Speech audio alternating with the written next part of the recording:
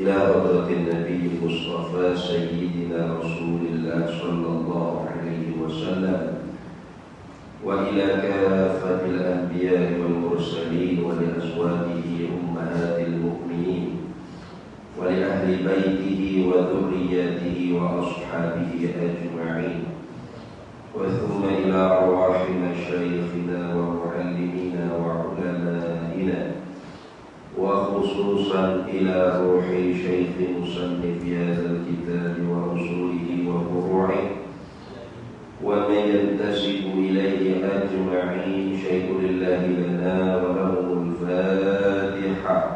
أعوذ بالله من الشيطان الرجيم. بسم الله الرحمن الرحيم. الحمد لله رب العالمين الرحمن الرحيم مالك يوم الدين إياك نعبد وإياك نستعين اهدنا الصراط المستقيم صراط الذين أنعمت عليهم غير المغضوب عليهم ولا الضالين. بسم الله الرحمن الرحيم. الحمد لله رب العالمين والصلاة والسلام على سيدنا وحبيبنا وشفيعنا وزخنا ومولانا محمد وعلى آله وصحبه أجمعين. سبحانك لا علم لنا إلا ما علمتنا إنك أنت العليم الحكيم ولا حول ولا قوة إلا بالله العلي العظيم. اللهم افتح علينا فتوح العارفين بك بالحكمة وافتح علينا من لدنك علما كما فتحت على سيدنا محمد صلى الله عليه وسلم بحق طه سيد الكونين وجد الحسنين أبي البطول والقاسم.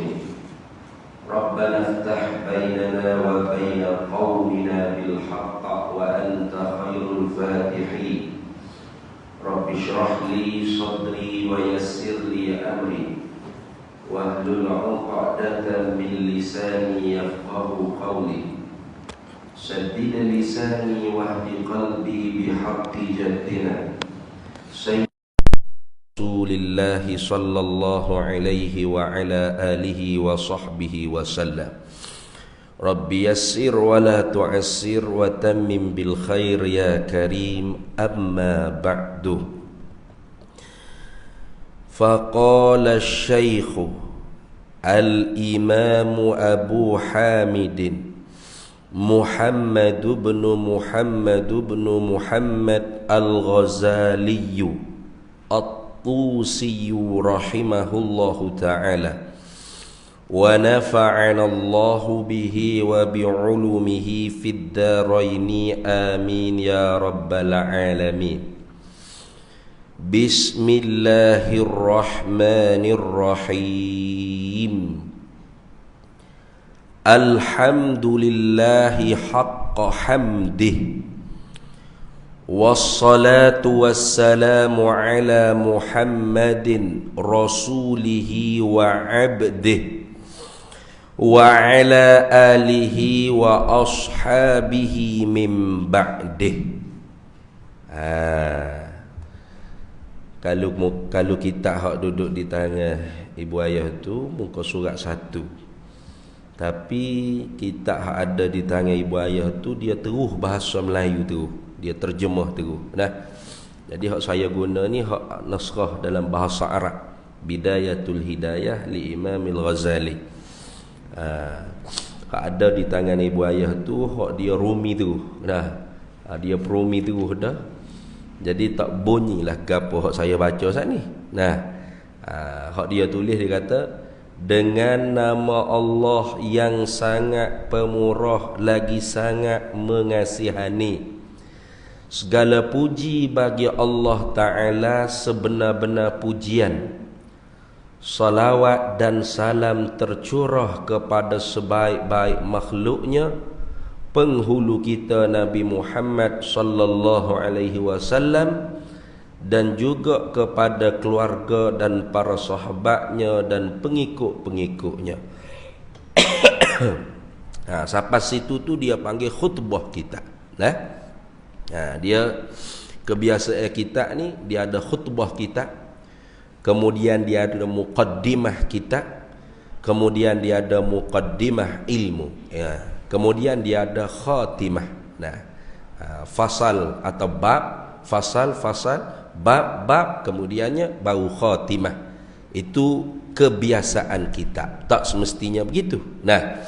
Jadi hak kita baca saat itu dia panggil khutbah kita. Khutbah kita.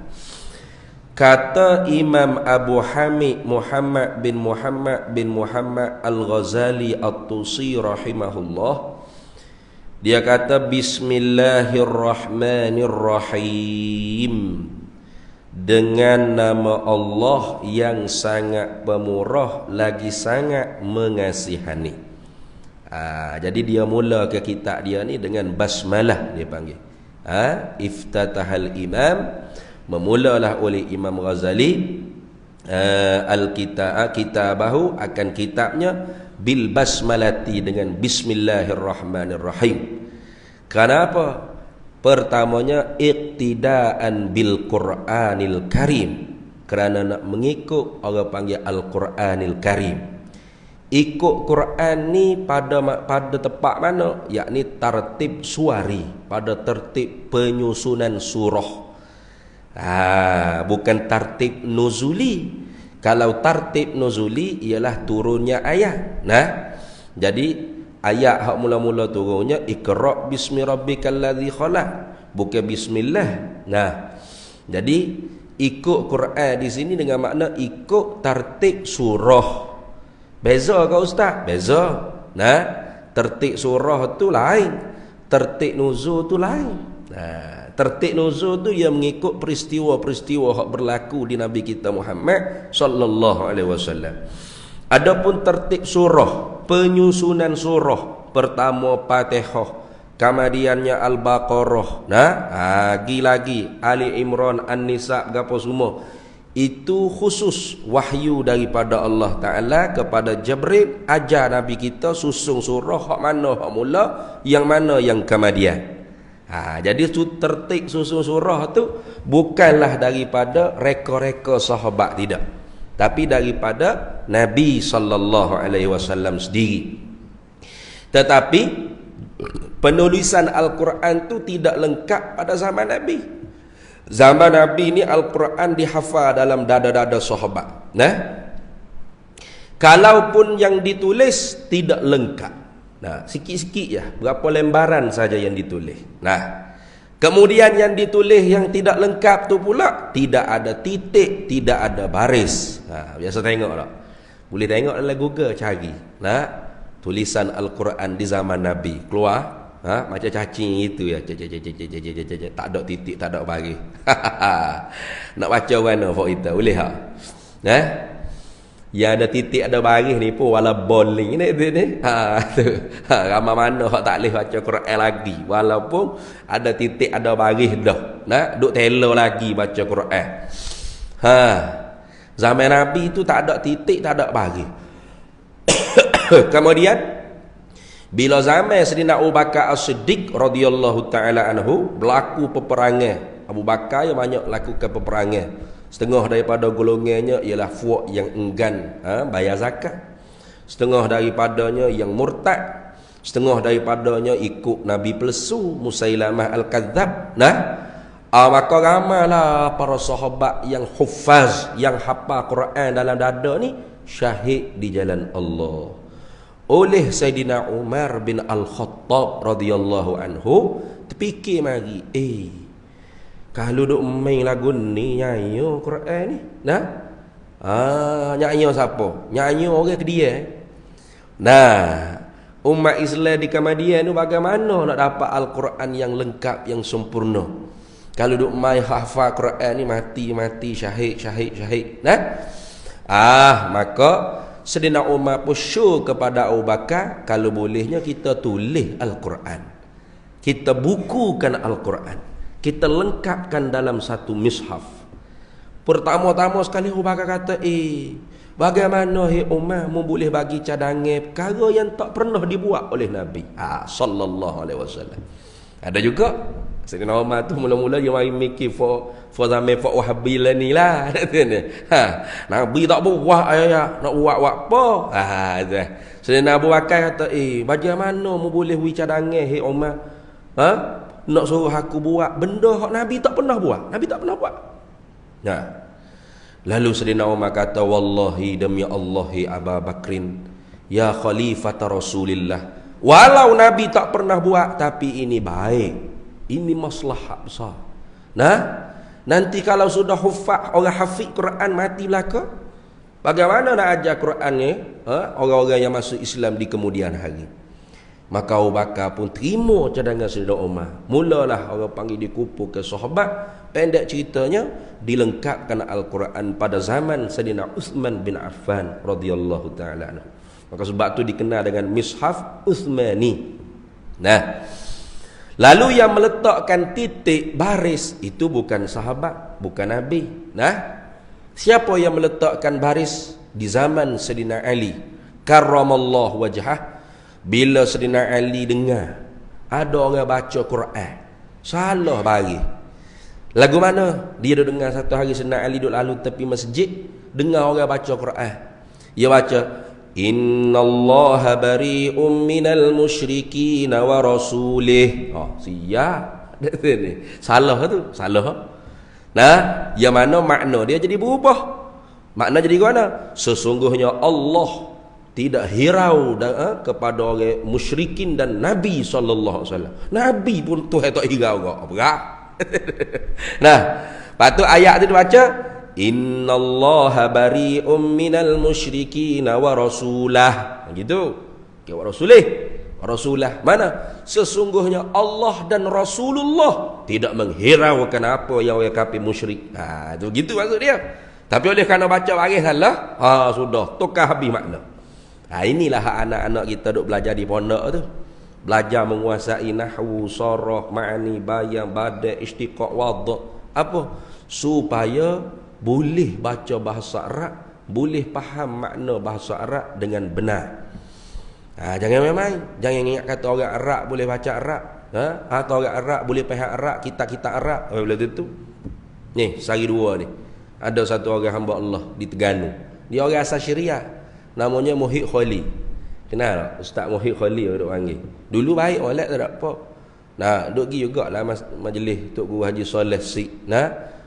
Maulid situ Yahanana sini. Sempat jugalah satu program dengan dia adalah PIU pemusnah ummah dulu. Adalah baik molek, ada nombor telefon apa. Tahu tiba-tiba jadi pening lalak dia lah ni. Habis yang kondang habis. Kita duk tahlil punya kondeng, duk buat maulid punya kondeng, tak tahu siapa dia bayar ke dia, tak tahu. Sehari dua ni waktu bik ibarat kita dalam kitab Hilyatul Auliya ke Jami'ul Karamat Auliya, Jami'ul Karamatil Auliya. Tak ingat dah saya duk push dalam Facebook tu. Yuak mari nah kitab tu tak kena bahasa Arab. Dia tak faham bahasa Arab.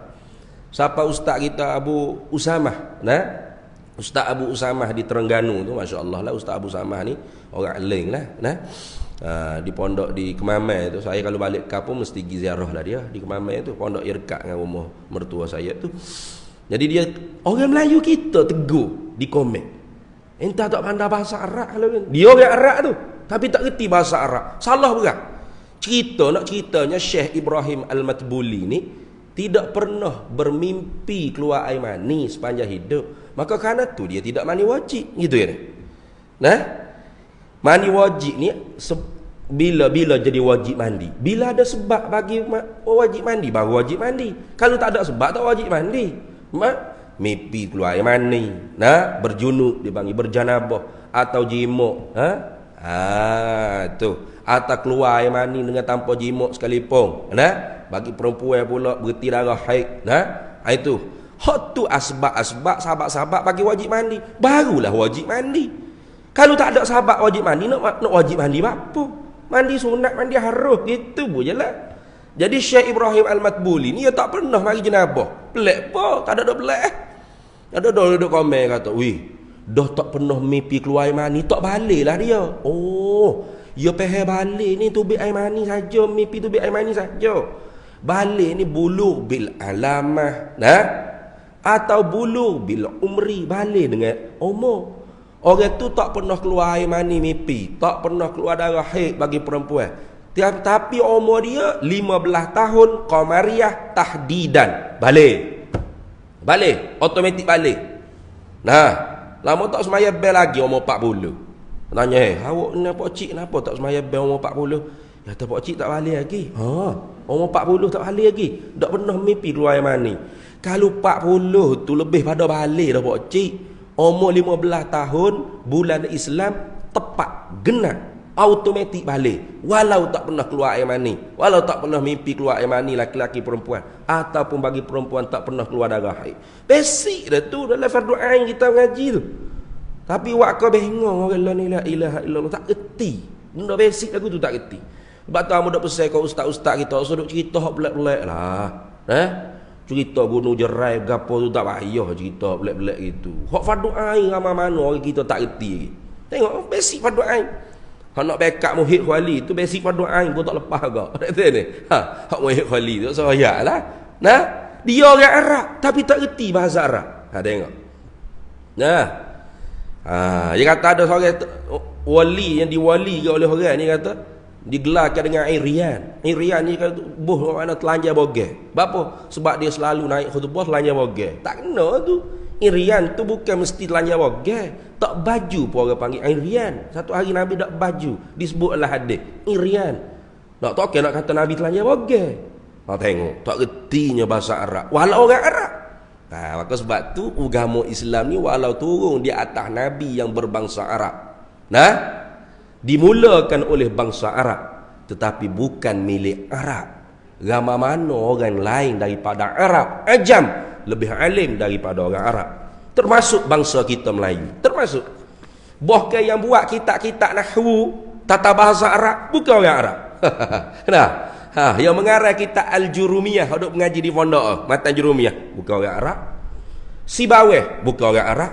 Nah, ramai mana hak bukan orang Arab? Alim.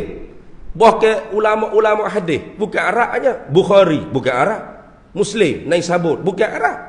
Abu Daud bukan Arab. Tirmizi bukan Arab. Ramai hak bukan Arab boleh jadi ulama. Bahkan tok nenek moyang kita jadi tok-tok guru di Masjidil Haram dulu, bukan Arab, Jawi belaka. Orang Jawi. Tapi kalau dah eleng, tu hakak martabat. Nah, jadi kalau Arab apa, dah jahil, dah bodoh, dia niat nak buka aib para awliya illah, tiba-tiba aib dia terdedah dengan sendiri dalam laman sosial itu dah. Tu ingat baik. Habis. Itu orang panggil tartib suari. Jadi yang meletakkan baris siapa? Sayyidina Ali pun suruh satu orang ulama di zaman dia namanya Imam Abu Aswad Ad-Du'ali yang meletakkan baris kepada Mishaf Al-Quran. Titik tak ada lagi? Ada lagi. Lepas tu barulah Imam Ahmad Al-Farahidi meletakkan titik pada Al-Quran.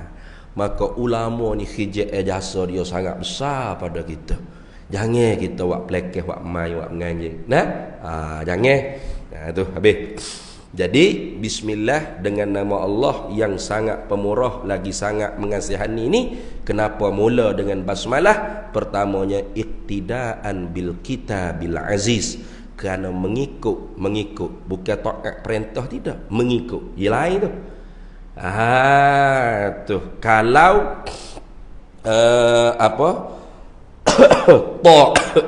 ta'atan, kalau taat mesti ada perintah. Dalam Quran tak ada perintah mulakan dengan bismillah, ada itu. Tapi iktida apa? Yakni mengikut. Sebab apa mengikut? Kerana Al-Quran ni ibarat imam. Nah, tu dalam kubur antara soal yang akan ditanya kita, ma imamuka? Apakah imam ikutan kita? Imam. Lama jawab tu imam ni berat. Tu imam ni nama apa dia? Haji Suhaimi. Lama Haji Suhaimi bukan akhir. Jangan duk jawab Haji Suhaimi lah. Nah, ma imamuka? Al-Quranu imami. Itu Quran ikutan aku. Itu.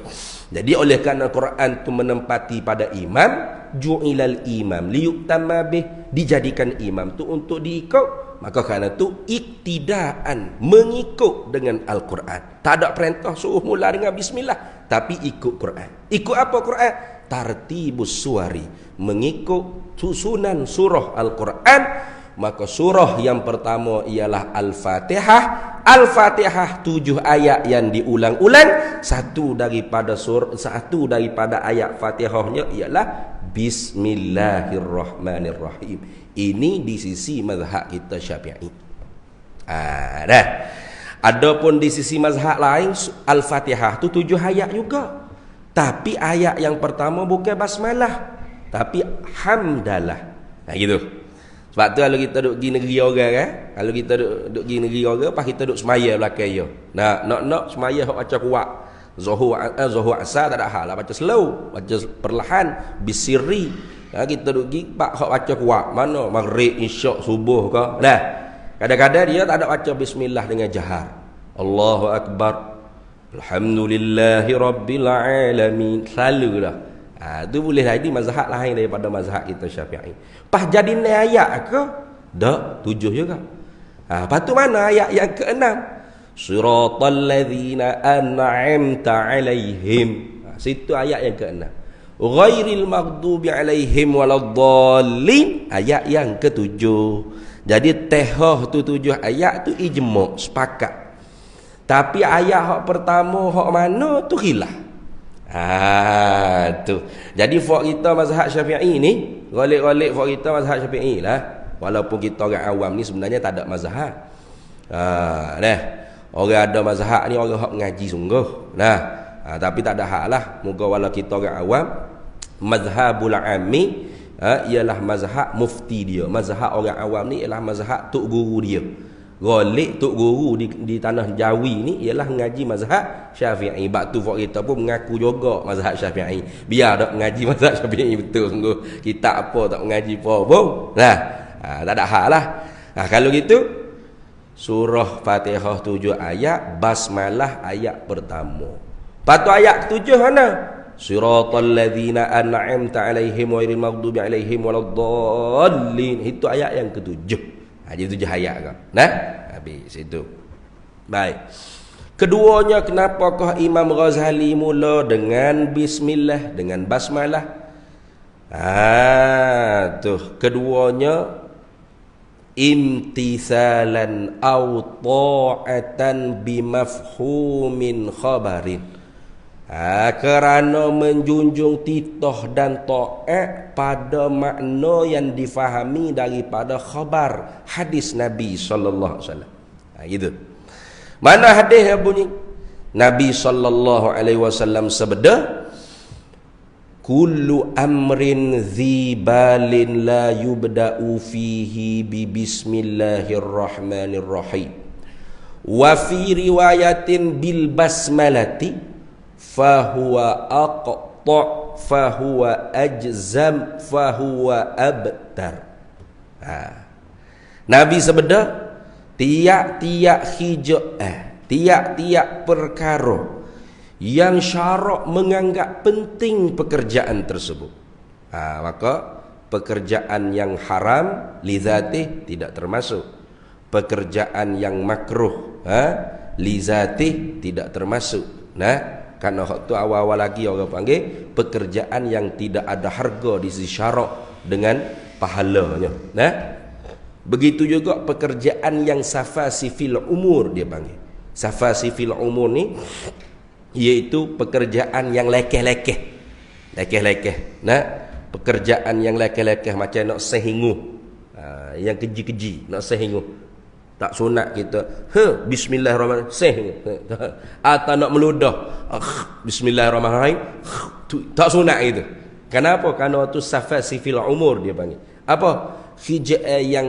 Yang di apa bahasa kita, yang diluati, yang dikeji. Tapi keji itu maksudnya yang diyek itu kata yek. Kembal maknanya. Ataupun pekerjaan itu pekerjaan yang hina-hina, seperti nak pakai selipar, itu orang panggil safasifil umur. Tak sunat kita bismillah, tak sunat. Kena tahu juga tu. ataupun pekerjaan yang telah syarak jadikan pekerjaan tersebut permulaannya dengan sesuatu yang lain, maka tak sunat bismillah. Contoh seperti semaya. Semaya ni syarak telah jadi, kalau orang panggil apa, takbiratul ihram sebagai permulaan. Tahrimu hat takbiru wa tahlilu hat taslimu. Nabi sallallahu alaihi wasallam sabda. Nah, diharamkan segala benda yang halal dengan sebab takbir, maka sebab itu nama takbiratul ihram. Dan dihalalkan kemudian setelah mana kita memberi salam. Maka syarak wa muladah semaya itu dengan takbiratul ihram. Maka tak sunat kita nak bismillah. Bid'ah bukan. Bid'ah dalalah. Jangan kita usalli fardhal isya'i 4 rakaat. Bismillahirrahmanirrahim. Bid'ah dalalah tu. Sebab apa bid'ah dalalah? Sebab disuruh, diperintah kita ni semaya ikut Nabi. Sallu kama ra'aitumuni usalli. Semaya olehmu seperti mana mu tengok aku semaya. Apa makna? Yakni mu tahu aku semaya. Ingat tu. Lama kena tipu kau ajaran sesat. Oleh kira buat kita. Saya cerita dah sini tak cerita lagi sekarang. Ada satu orang pondok, pelajar pondok Pasir Tumbuh. Senior saya. Senior saya lah. Dia orang KL. Dulu sebelum dia pergi ngaji di pondok Pasir Tumbuh dulu, dia cerita sama dia muda-muda tu, dia ikut jemaah tabligh. Masya Allah, bagus lah jemaah tabligh tu. Bukan tak bagus. Cuma kan dia tak ngaji lah. Ya berhikit roh moh dia ketuk pintu, mari kita ke masjid. Bagus dah itu tu, bagus dah. Bukan tak bagus dah. Kita tak mampu buat lagu tu dah. Kita kena sokong lah hak mana hak bagus. Cuma hak tak bagusnya dia tu tak mengaji. Bukan semua orang tabligh tak mengaji, ada hak mengaji. Hak alim-alim jadi maulana pun ramai. Jadi dia tu tak mengaji. Dia tak mengaji, dia ikut jemaah tabligh, pergi hajak orang wak gas gapo keluar 3-4 bulan gapo semua sekali. Jadi di masjid dia tu, di depan masjid dia tu ada satu kedai kopi. Kedai kopi. Ada satu orang tu ayah, orang pakcik, orang tua lah. Dia duk tengok tiap-tiap hari ada duk kedai kopi tu. Tiap-tiap hari duk kedai kopi. Tak pernah hari masjid. Tak pernah. Dia pergi subuh kelik kat duha tu kat, nampak kedai kopi buka, ada lalu pakcik tu. Lepas tu hari Zuhur ada juga. Kelik asar ada juga. Klik Malaysia ada juga. Nak yang atau pakcik tu duk kedai kopi tu, risau okok duk minum teh kopi ke apa. Dia pun mari kelitah lah hati. Aku ajak nak tazkir nak dakwah lah pakcik tu. Hanya sejid seorang jemaah ni. Dia pun satu hari takdir tu adalah peluang pergi jumpa dengan pakcik tu di kedai kopi. Kata, Assalamualaikum pakcik. Salam. Wassalam. Ada ke apa? Kita nak tanya sikit pakcik ni. Orang muda kedai darah membara ni dah. Kita duk tengok pakcik semua ada di kedai kopi ni. Pergi pagi balik malam ada semua. Tapi sekali habuk kita tak pernah tengok pakcik pergi seorang masjid depan kedai. Pakcik tak semaya ke? Bis selalu atas muka pakcik. Pakcik tak semaya. Pakcik tu naik angin lalu. Dia tak semaya dah. Dia kata, "Hei budak." Kata, "Aku nak tanya sikit mu. Ya mu hari-hari duk pergi semaya pergi masjid ni. Mu biasa dengar tak? Ataupun biasa baca tak buku ke, ada dengar ustaz duk mengajar ke, hadis Nabi bunyi sallu kama raaitumuni usalli. Sembahyang olehmu seperti mana mu tengok aku semaya." Nabi ayat. Orang muda tu kata, biasa dengar, betul. Nabi suruh kita semaya seperti mana tengok Nabi semaya. Baik, hadis Nabi tak? Hadis Nabi sungguh sahih. Sahih sungguh baik, nak tanya mu. Sepanjang hayat hidupmu duk pergi semaya masjid ni, berapa kali dah mu tengok Nabi semaya? Sudah. Tak jawab aku lah ni. Berapa kali dah mu tengok Nabi semaya? Kata tak pernah lagi. Kata pakcik, sekali habuk tak pernah lagi. Dah berapa mu semaya? Marah. Nabi suruh semaya seperti mana mu tengok Nabi semaya. Apa mu semaya tak nampak Nabi? Bengok anak muda tu sudah. Memang tak pernah tengok Nabi semaya. Sebab tu anak muda jangan gopoh. Cari Muhammad dahulu sebelum kamu sembahyang. Ya. Jadi dia pun ambil kursi tu kat pak, duduk kat meja pakcik tu 4 tahun tak sembahyang. Apa? Cari Muhammad dulu. Duduk kena bodoh ke pakcik tu 4 tahun. Lah kali pun main mikir, 4 tahun dah tak sembahyang ni. Nak cari Muhammad tak jumpa lagi. Jadi Pak Cik ni dah lama pada aku dah cari Muhammad. Dia sendiri pun tak semayang. Jadi dia tak jumpa, dia lama dah cari. Kalau duk main tebing aku ni pak mati tak semayang ni. Barulah dia pergi hijrah ke Kelantan, pergi duk ngaji di pondok Pasir Tumbuh. Barulah sapa tepat dia mengaji kitab, sapa di tempat dia hadis tu. Tok guru pun syarah. Sallu kama ra'aitumuni usalli, sallu kama alimtumuni usalli. Itu maksud dia. Sebab tu hadis tu sahih ya. Tapi takut kepala hontak kita faham tu tidak sahih, bahaya. Jadi bukan semestinya hadis yang sahih saja kita kena jaga. Kepahaman, kepala otak kita memahami hadis yang sahih tu juga kena sahih. Itu. Jadi Nabi kata semaya olehmu seperti mana mu tengok aku semaya. Dengan makna apa? Bimakna semayang olehmu seperti mana mu tahu aku semaya. Ra'a bimakna alima. Itu disebut oleh alim ulama. Alim ulama kita dalam mensyarahkan hadis. Maka sebab tu kita tak boleh lepas daripada alim ulama, tak boleh lepas daripada tutup guru. Siapa hak wak hijau yang ada harga di sisi syarak, yang syarak anggap penting hijau tersebut, tapi Nabi kata la yubda'u fihi bi basmalati au bi bismillahirrahmanirrahim, tapi tak mula dengan bismillahirrahmanirrahim, maka fahuwa aqta, maka hijau dia tu terpotong. Fahuwa ajzam, atau berpenyakit juzam, kusta. Fahuwa abtar, maka dengan makna terputus ekor. Terpotong tadi, terpotong anggota, cacat. Mana cacat? Apa maksud? Bimakna qalilil barakah, sedikit berkah. Itu maksud. Jadi difaham daripada hadis Nabi SAW ni, Nabi tak suruh mula dengan bismillah, tak ada. Tapi ma fuhima minal mantuqi dia panggil. Makna yang difahami daripada apa yang dituturkan oleh Nabi SAW itu dipanggil mafhum. Mafhumnya kalau kita nak keberkatan tu banyak, mulalah hijau kita yang ada harga di sisi agama dengan basmalah. Yang ada harga di sisi agama tu ingatlah, selain daripada haram li zati, makruh li zati. Mau haram pun kita mula bismillah juga, dosa.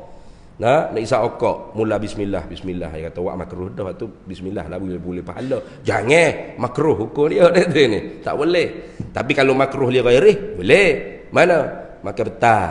Itu bukan makruh li zati, itu bahasa dalam fiqh. Begitu juga safasi fil umur, tidak sunat kita bismillah. Hijab elai seperti nak baca kitab. Nak menulis ke. Itu orang panggil syarak anggap penting hijab tersebut. Mula dengan basmalah. Supaya apa? Barakahnya banyak. Macam Imam Ghazali tengok, kitab dia ni, dia wafat bila ni? Nama mana dah dia wafat? Tahun 505 Hijriah wafat Imam Ghazali. Lahir 450 Hijriah, wafat 505 Hijriah. Lama mana dah dengan kita? 1400 berapa dah kita ni? Tapi kita duk belek uka lagi kitab ya. Ini nak menunjuk kata barakah tu banyak. Itu. Apa barakah? Husulul khair ilahi li syai'in wa ziyadatul khair. Itu dipanggil barakah. Hasil kebaikan yang bangsa ketuhanan kepada sesuatu benda dan bertambah-tambah kebaikan tersebut. Itu dia panggil barakah. Barakah menulis kitab lain. Barakah makan nasi lain. Kita nak makan nasi kan? Bismillah. Berkat. Lagu mana berkat makan nasi? Yakni walau sikit kenyang, rajin wa amal ibadat, itu berkat makan. Itu berkat makan. Berkat kita, walaupun lama dah dia wafat, tetap ada orang beli, ada orang ngaji, ada pencetak-pencetak kitab ni duk cetak sama. Bukan macam buku kita, tulis sekali tu cetak, tak ada lah orang minta. Ni. Tu pun nak bolehkah habis cetakan pertama tu. Habis kan diskaun ni nak suruh orang beli. Nah, tu buku kita hak tulis lah ni lah. Tak ada berkat sangat tu jadi gitu. Pas tak ada orang duk ngaji mana pun buku kita tulis tu. Melainkan kita paksa je kan. Nah. Hak ni asal kita Arab ni. Hak duk tangan ibu ayah ni, dia terjemah terus dah ni. Tu kalau tanya ambo ada show ke beli hak salagi. Hak salagi tu dia mari mata Arab, lepas tu dia terjemah bahasa Melayu. Mata Arab terjemah bahasa Melayu. Baru sedap sikit kita mengaji. Tapi tak apalah. Kita ambo guna Arab, ambo tengok terjemah dalam ni. Boleh juga. Baik. Tu baru kerana apa mula dengan basmalah. Belum bahas lagi makna bismillah tu. Nah, dengan nama Allah yang sangat pemurah lagi sangat mengasihani itu belum hamba bahas lagi. Kalau bahas makna bismillah ni, 3-4 bulan tak habis lagi. Itu hak setiap hari mengaji. Setiap hari mengaji. Bukan sebulan sekali. Kita ni sebulan sekali. Tu pun 29 hari bulan. Itu pun kalau tak tembok dengan mana-mana jadual. Macam hari ni petang saat ni pukul 6.30 baru saya sapa daripada Perak tu. 3 hari pergi Penang, pergi Kedah, pergi Perak. Buat mana? Nak wisiat cepat pondok lagu tu lah. Pukul 6.30 saat ni baru sapa. Boleh lah mari. Bulan depan belum tentu lagi. Sebab ada Johor nak jemput pula tu. 29 hari bulan. Tak tahulah. Jadi hamba Prekah perbahasan dengan nama Allah yang sangat pemurah lagi sangat mengasihani. Kita tak tanya khabar apa mula dengan. Dengan nama Allah. Apa dimulakan dengan? Padahal cakap dengan permulaan dengan ni tidak boleh difahami sebenarnya. Orang tak boleh faham. Kecik mula dengan perkataan dengan. Tak boleh faham. Nak faham ke mana? Tak boleh faham sebenarnya. Kita bahasa Arab. Sebab tu kita tak tanya khabar dia. Bismillah lah. Berapa dia makna. Apa gay lah. Padahalnya kalau bahasa Melayu, dimulakan percakapan dengan, tak boleh nak faham. Contoh duduk ramai-ramai mesyuarat. Mesyuarat JKK kau berapa tak ada kira lah. Mesyuarat. Tiba-tiba pengurusi pun bersuara. Dia katakan lah. Dengan kereta. Boleh faham? Tak boleh faham tu. Dia mula cakap tu dengan kereta. Boleh faham? Tak boleh faham. Kita akan tanya balik. Dah apa pengurusi dengan kereta? Dia kena jawab pula. Saya datang ke sini dengan kereta. Baru faham. Betul tak? Tu. Saya makan nasi dengan sudu. Baru boleh faham. Kalau duduk tiba-tiba dengan sudu. Mana dengan sudu? Dengan sudu dah apa dengan sudu? Dengan sudu? Mana boleh faham lagu tu? Saya makan nasi dengan sudu. Baru boleh faham. Betul tak? Dengan kaki. Tak faham tu. Dengan kaki. Tiba-tiba dengan kaki. Apa dengan kaki? Saya sepak budak tu dengan kaki. Baru faham. Tu. Dengan tu kena ada tempat gantung dia. Orang panggil. Kalau mengaji bahasa Arab, dia panggil dengan sebut itu ba. Bismillah. Ba sebut itu haraf jar dia panggil. Tak usah masuklah haraf jar asli, kau haraf jar zaidah, kau haraf jar syibih zaidah. Kau tu nak ngaji pondok awti. Haraf jar asli ni, haraf jar ni dia kena ada tempat gantung dia. Kena ada tempat gantung dia. Muta'allaq dia panggil. Dalam bahasa Arab muta'allaq. Apa? Tempat gantung dia. Jadi dengan nama Allah, awak masuk, aku menulis kitab ni dengan nama Allah. Lagu tu. Zail. Ya Zail. Mana Tok Bilal? Tok Bilal. Ada Tok Bilal. Ingat Tok Bilal duduk lain lagi. Malam ni sudah awal Apa rasa tak rock tak?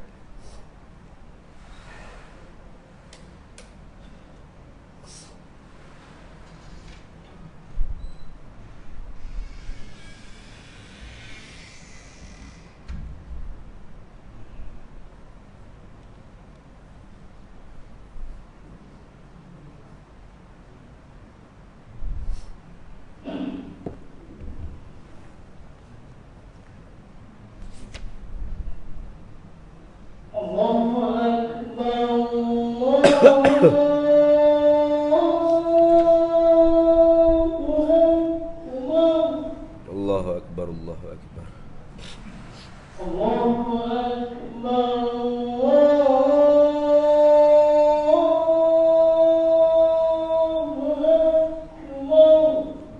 Akbar, Allahu Akbar. Asyhadu an la ilaha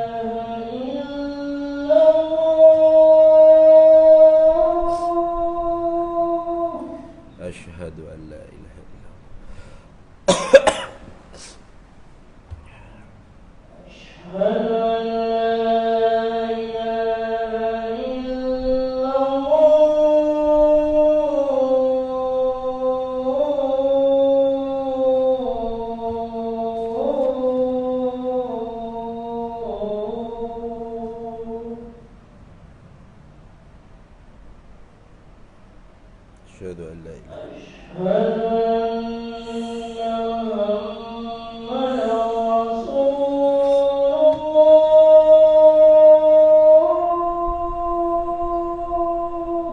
أشهد أن سيدنا محمد رسول الله.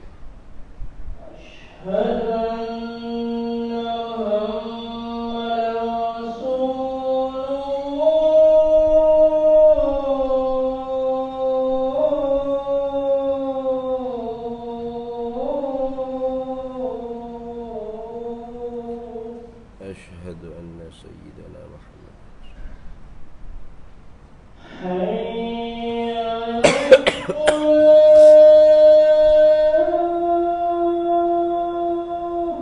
لا حول ولا قوة إلا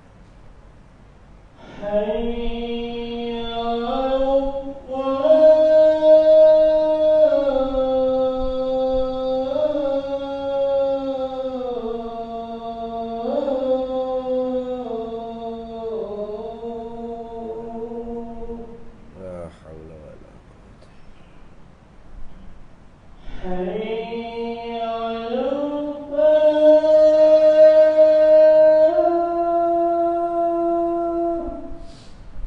لا حول ولا قوة.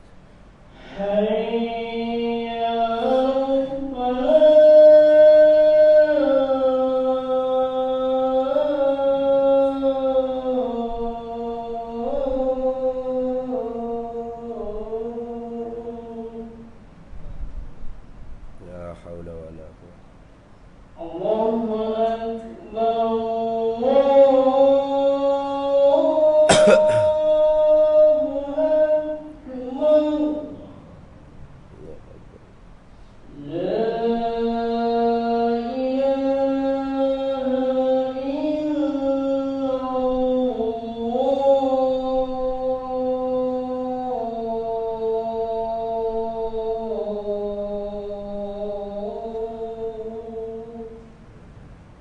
لا إله إلا الله سيدنا محمد رسول الله صلى الله عليه وسلم. اللهم رب هذه الدعوة التامة والصلاة القائمة آت سيدنا ومولانا محمدا الوسيلة والفضيلة والشرف والدرجة العالية الرفيعة وابعثه مقاما محمودا الذي وعدته إنك لا تخلف الميعاد.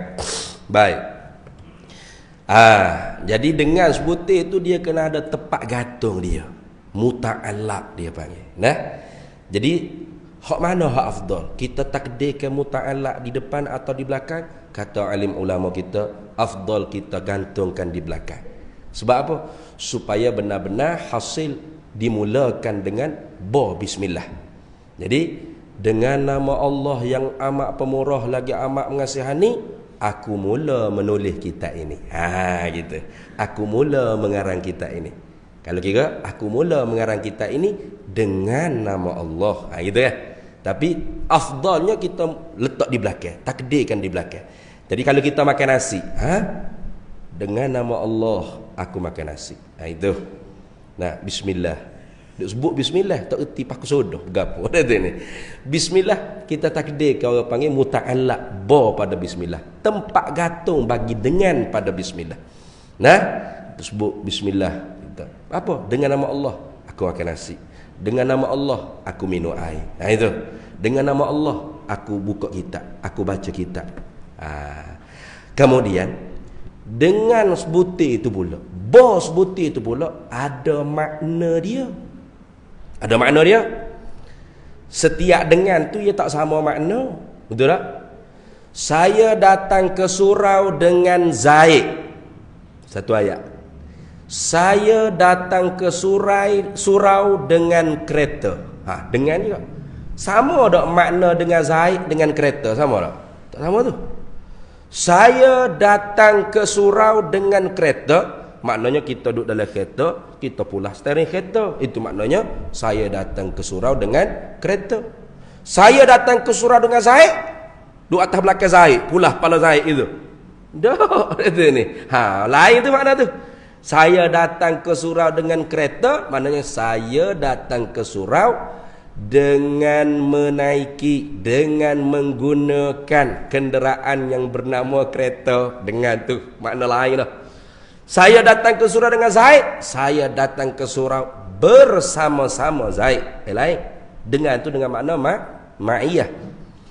Dengan nama Allah apa makna dengan? Tak pernah tanya khabar awak kita. Ada tak ustaz orang cerita dengan putih tu nak makna gapo? Sebelum ni ada tak? Ada dah? Tak ada lagi ni? Weh, mujur malam ni ada juga ambo. Boleh juga tahu makna dengan.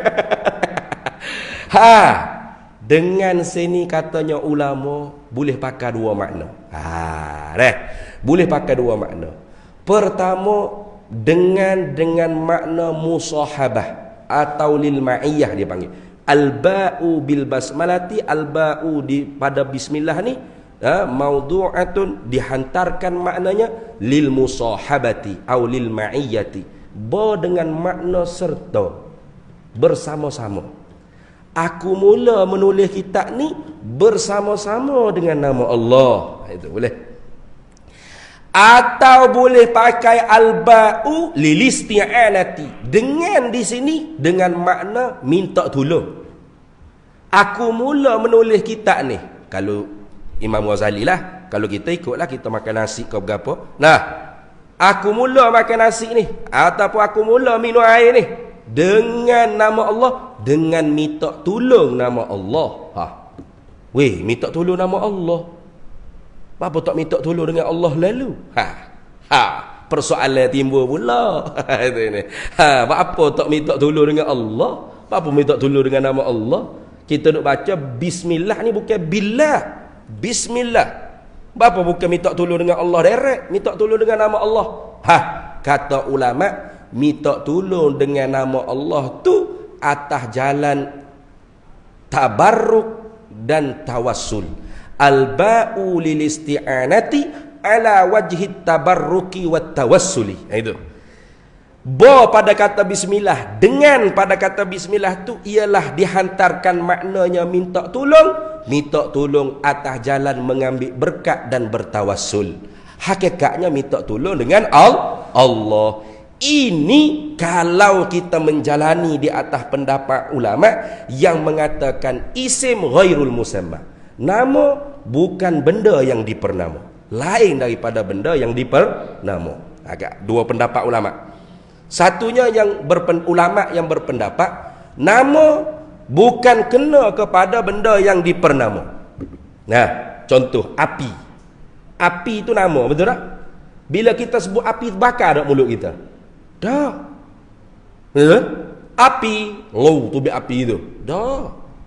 Jadi ini dalilnya kata ulama, nama bukan kena kepada benda yang dipernama. Kalau nama kena kepada benda yang dipernama, sebut api, tu biar api. Sebut begok, kerak begok dalam mulut. Gitu. Dah. Jadi kata ulama, nama lain, benda yang dipernama tu lain. Dah. Kalau kita menjalani di atas pendapat ulama yang mengatakan isim ainul musamma, nama ialah kena ke diri yang dipernama, maka ketika itu kita minta tolong dengan nama Allah, dengan makna kita minta tolong dengan zat Allah. Itu. Jadi dengan nama Allah, bunyi makna dia gini. Aku mula menulis kitab ni dengan minta tolong nama Allah atas jalan mengambil berkat dan bertawassul. Satu makna. Atau makna yang kedua, aku mula menulis kitab ni dengan meminta tolong zat yang dipernamakan dengan nama Allah. Dua makna boleh. Tu lagu tu. Dah tu ni. Habis. Ada kau orang mengajar lagu ni dulu? Tak ada deh. Bakal baca itu. Baca gitu, fok kita boleh jadi ustaz belaka. Nah, bukan senang jadi ustaz ni. Nah, ni fok kita bahaya ni. Jangan serba besar sikit, janggut panjang sikit. Nah, ustaz lalu dah. Apa baca buku rumi-rumi itu. Bukan ustaz itu. Nah, tu sebutir-sebutir tu baru ngaji dia panggil. Nah, baru ngaji. Bos takat baca beru-beru. Sehari sorang duduk depan TV kita boleh kata ni. Baca sendiri beru-beru. Kita ngaji ni nak sebutir biar faham. Apa kata dengan nama Allah. Apa makna dia? Aku mula mengaram kita ini beserta nama Allah. Kalau pakai dengan makna musahabah ma'iyah, aku mula mengarang kita ini dengan minta tolong nama Allah atas jalan mengambil berkat dan bertawassul. Kalau kita mengikut pendapat ulama yang mengatakan nama bukan kena pada benda yang dipernama, atau maknanya aku mula mengarang kita ini dengan minta tolong zat yang dipernamakan nama Allah. Kalau kita mengikut pendapat ulama yang mengatakan nama kena kepada diri yang dipernama. Habis. Allah sebutir tu. Nah, kalau ngaji pondok kan habis sebutir-sebutir. Allah nama bagi zat, kenyataan bagi sifat, dalil bagi afal, hakikat bagi asma. Nak syarah ke? Tak payah kok, panjang jadi. Tak habis ni. Nah, yang sangat pemurah lagi sangat mengasihani. Ini terjemuh daripada Ar-Rahmanir Rahim. Ini kalau syarah panjang ni, boh. Nah, bapa Tuhan tak kata bismillahi Jabbaril Mutakabbir. Nama Tuhan juga. Nama Tuhan banyak, 99. Walillahil asmaul husna. Ada bagi Allah segala nama yang baik-baik. Tapi dalam banyak-banyak nama tu Tuhan letak Ar-Rahman Ar-Rahim. Bismillah. Betul tak? Tak aja dengar tu imam baca Bismillahil Azizil Jabbar. Oh, ini saya pak kau makmum tu imam apa? Tak ada. Nah, Bismillahirrahmanirrahim. Bapa Tuhan ganding Rahman Rahim. Ni kerana Tuhan nak memperkenalkan diri dia kepada kita hamba dengan rahmatnya lebih luas daripada murkanya. Gitu. Rahmati wasi'at wa sabaqat anil ghadabi. Rahmatku lebih luas daripada kemarahan aku dan lebih mendahului daripada kemarahan aku, kata Allah Subhanahu wa ta'ala. Maka sebab tu Ar-Rahman Ar-Rahim mustaq, asal tempat terbit, dasar kata dianya daripada perkataan rahmat. Ini mengikut ulama Basrah. Kalau ulama Kufah, kalau ulama Basrah, rahimah. Rahmat asal daripada perkataan rahmat. Keluarlah Rahman Rahim. Betul tak? Kita duk sebut lagu negaraku kan? Rahmat Tuhan. Rahmat Tuhan. Apa makna rahmat? Kena tahu. Nyanyi saja lagu negara aku, tak tahu apa makna ni. Cegak rahmat Tuhan. Apa makna rahmat Tuhan? Nah, apa rahmat? Rahmat asal makna pada lugah dari segi bahasa riqatul qalbi. Riqatun fil qalbi. Berasa lembut dalam hati.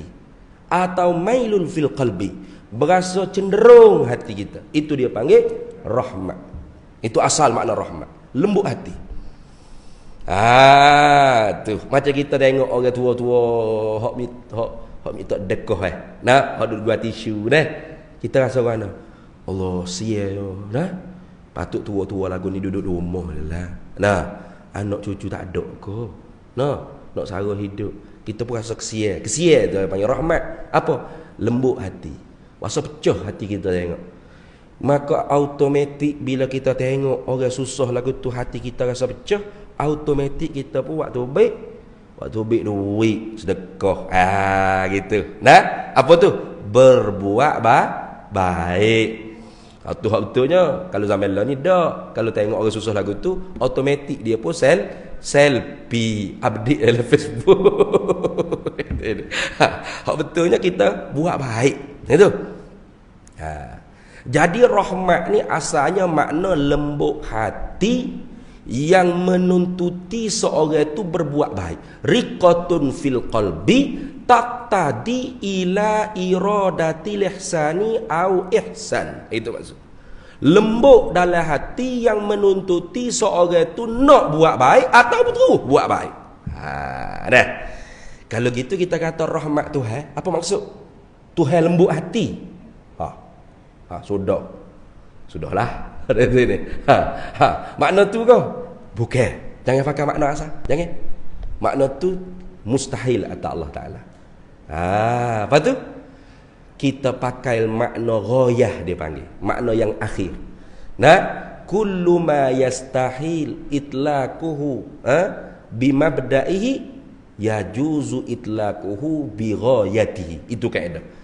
Tiap-tiap makna yang mustahil nak diitlakkan kepada Allah pada permulaannya harus diitlakkan, dikatakan kepada Allah yang di akhirnya. Mana akhir? Berbuat baik gitu.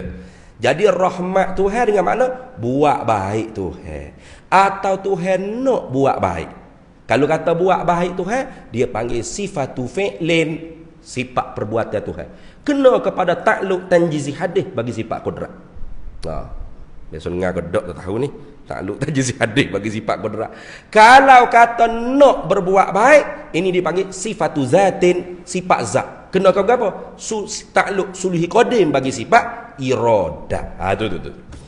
Ini kalau tak ngaji sifat 20 ni pening-pening gitu gapo bolok tahu suluhi qadim tanjizi hadis gapo itu. Itu. Jadi daripada nak berbuat baik atau berbuat baik Allah Ta'ala pecah tubik Rahman dan Rahim. Jadi Rahman Ar-Rahim maknanya sama apa? Berbuat baik. Tetapi Rahman dengan Rahim binaan hurufnya lebih banyak Rahman berbanding Rahim. Kira dalam ni tu payah tu kalau hak rumi selalu nak kira lagu mana tu akan nak kira PEMUR. Kena kira hak Arab lah. Alif lam ra tasydid dua tu ada dua, rah ha man min alif nun 8 huruf. Tapi kalau ar-rahim 7 huruf. Maka ziyadatul huruf tadullu ala ziyadatil makna. Bertambahnya huruf itu menunjukkan bertambah makna ala sabilil ghalib, di atas jalan kebiasaan. Sebab tu terjemah Ar-Rahman yang sangat pemurah. Kalau bahasa tutuk guru Kelantan, tutuk guru Tani, yang maha boros. Itu. Pemurah makna boroh. Boroh. Lagu makna boroh? Wi tak tengok siapa. Tu makna pemurah. Kalau bui duk tengok lagi demo ke mana undi duk kawan. Tu tak pemurah lagu tu. Biasa tengok Stephen Chow, cerita Stephen Chow yang masuk nak judi tu kan. Yang masuk nak judi tu, duit dalam poket dia bui ni. Bau je tu. Dia tak tengok dah siapa ni. Orang dia ke parti dia ke undi dia. Tengok dah. Tu boroh dia panggil boroh. Tuhan lebih pada tu lagi. Dia bui dengan boroh. Tak tengok siapa. Betul tak? Orang kafir yang makan. Bukan orang kafir lebih sihat pada kita lagi. Lebih kaya pada kita. Banyak tak? Banyak. Tu. Sebab tu Ar-Rahman ini bertakluk kepada makhluk di dunia. Baru siapa pengurusi kita? Perak juga. Kita pun perak juga. Ya, inna lillahi wa inna ilaihi raji'un. Ngurusi mari wahai dah lalu baru ya. Tu. Jadi Ar-Rahman bertakluk kepada sekalian makhluk dia. Tak ada kira nasia ke, menata ke, jin ke, malaikat ke, bukit bukau, gunung gadai, jamadah, hayawanat, tak ada kira. Buah kaya tak ada kira. Dia tu mukmin ke, muslim ke, kafir ke, munafik ke, fasik ke, yuwi habis. Tu. Jadi Rahman yang moho amat pemurah, yang moho amat boroh. Boroh, Tuhan boroh. Yawi. Cek dunia ni. Tak ada bersama mana. Yawi habis. Yawi. Tapi kalau Ar-Rahim, tengok. Lagi sangat mengasihani. Hak ni tidak. Khusus kepada orang mukmin. Sebab tu ulama dia menetapkan makna Ar-Rahman, dia kata apa? Al-munaimu bi jalailin ni'ami. Yang memberi nikmat yang kasar-kasar, yang besar-besar, yang nampak dengan mata kepala. Nikmat sihat. Nikmat apa lagi? Nikmat apa? Nikmat harta. Nikmat bini, nikmat anak. Bini 4 ekor, anak 10 ekor. Tu rumah 10 tekak, kereta 10 buah. Okey, banyak itu. Duit jutaan hak banyak itu. Itu apa? Al-munaimu bi jalailin ni'ami. Tuhan yang beri nikmat yang kasar-kasar, nampak dengan mata kepala. Tapi kalau Ar-Rahim, Al-munaimu bi daqaiqin ni'ami, yang memberi nikmat yang halu-halu, yang seni-seni, yang tak nampak dengan mata kepala. Terkadangnya orang hok dapat pun tak berasa tu nikmat. Mana? Nikmat iman, nikmat Islam, nikmat ihsan, nikmat taufik, nikmat hidayah, taufik hidayah ngaji, taufik hidayah mengajar. Nikmat ni. Nah itu ni. Kayak kita kan dia tak berasa tu. Boleh semaya subuh Jumaat 2 rakaat, zikir pula, semaya duha pula, turun-turun masjid, pak tengok orang pakai kereta Lamborghini. Oh, gitu melela mata. Oh, sedap dia apa. Nampak hak tu nikmat. Kita baru lepas nikmat besar lagi ni. Tapi tak berasa. Sebab apa? Halu, seni. Itu. Itu ni. Bila nampak? Akhirat baru nampak. Apa? Akhirat ni, rahmat Tuhan tak ada dah. Rahim saja ada. Sebab itulah. Diserukan Tuhan tu, Ya Rahmanad dunya wa Ya Rahimal akhirah. Hei Tuhan yang maha barah di dunia, tapi maha kasih belah khusus untuk orang mukmin di negeri akhirat. Maka sebab tu Ar-Rahman Ar-Rahim, beza orang panggil pengkhususan dan pengumumannya. Ar-Rahman khas pada nama dan umum pada makna. Dah. Khas pada nama, khas pada nama, tapi umum pada makna. Makna dia luah. Tuhan yang maha barah, habis tak kira siapa. Kerana dunia ni tak ada harga di sisi Allah. Lau ta'dilu dunya indallahi janaha ba'udah ma saqal kafir bi syurbatil ma.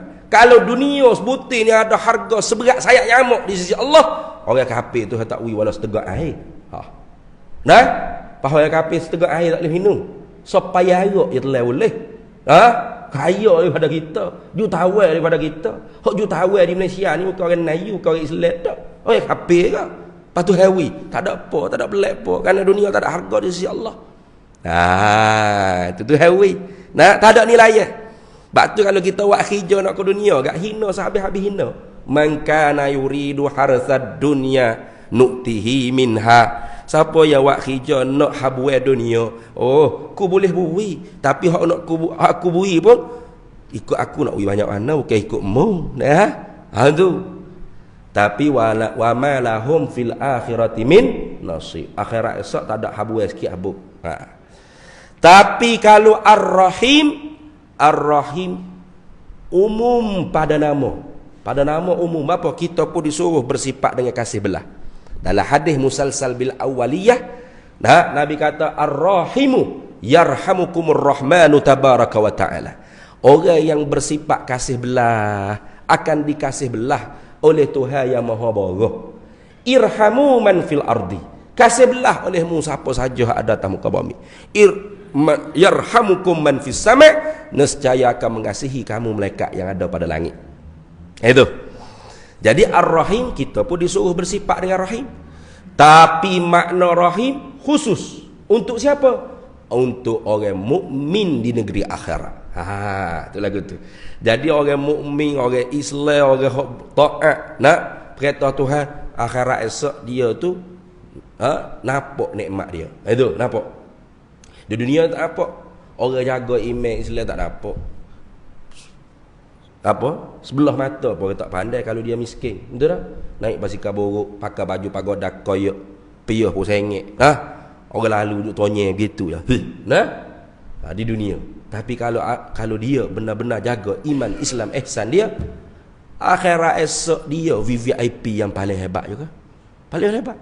Kalau mati kubur di ni, Sya'lan ni. Bakit daripada Sya'lan lagi ke pada Arafah, pada Mahsyar tu, minyak tar dia sorang. Tu, minyak tar bukan tar kasturi. Nah, kenderaan dia sorang.